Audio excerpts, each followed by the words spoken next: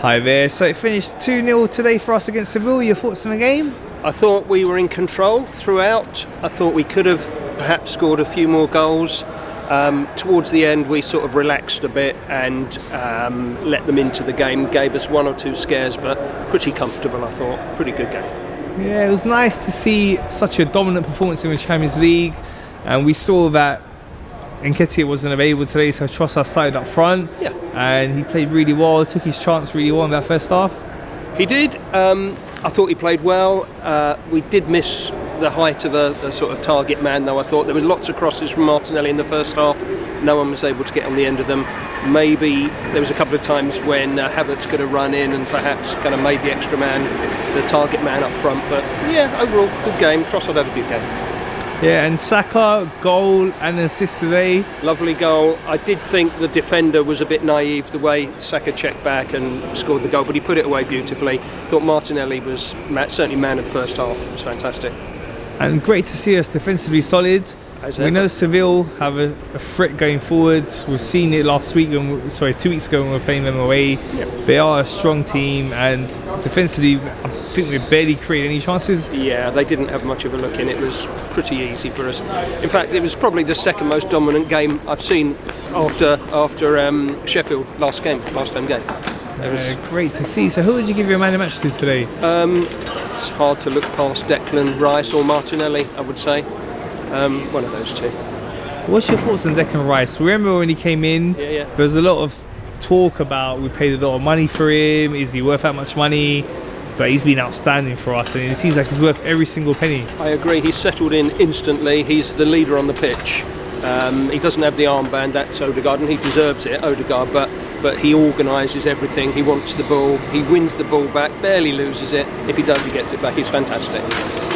So obviously still early days in the Champions League, but we're looking good to top our group. How far do you think we can progress in the Champions League? I would hope we would get to the semi-final. I mean, City, I can't see us winning it with City in there. It's rare that we're going to beat City. I know we did at our ground, but I don't know how far we can go. I don't think we're ready to win it yet, but I think quarter-final, semi-final would be good.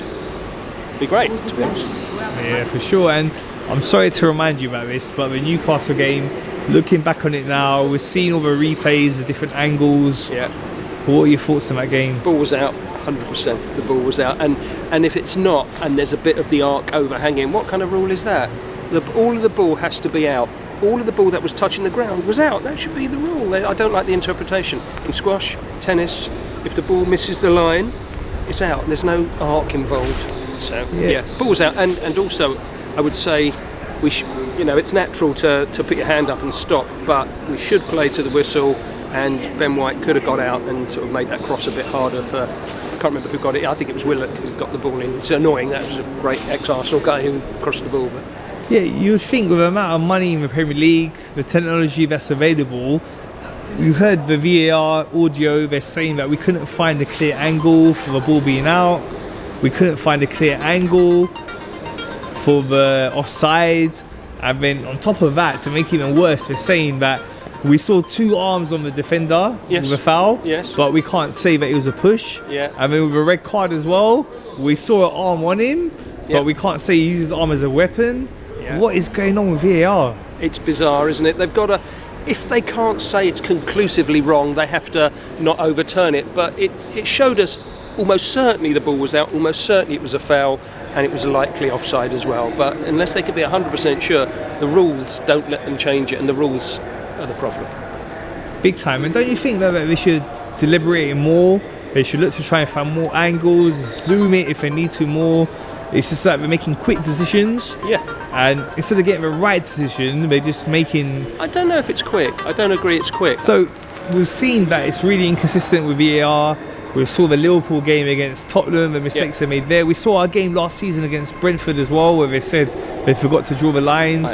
What's your thoughts on VAR and the whole process? It's infuriating. There's nothing wrong with VAR. It's the people who are operating it and the rules they're constrained by. And also, why have referees become analysts and data analysts? They know the rules of the game. They don't necessarily know how to draw lines and do that job. You need people who kind of technical people and better automation.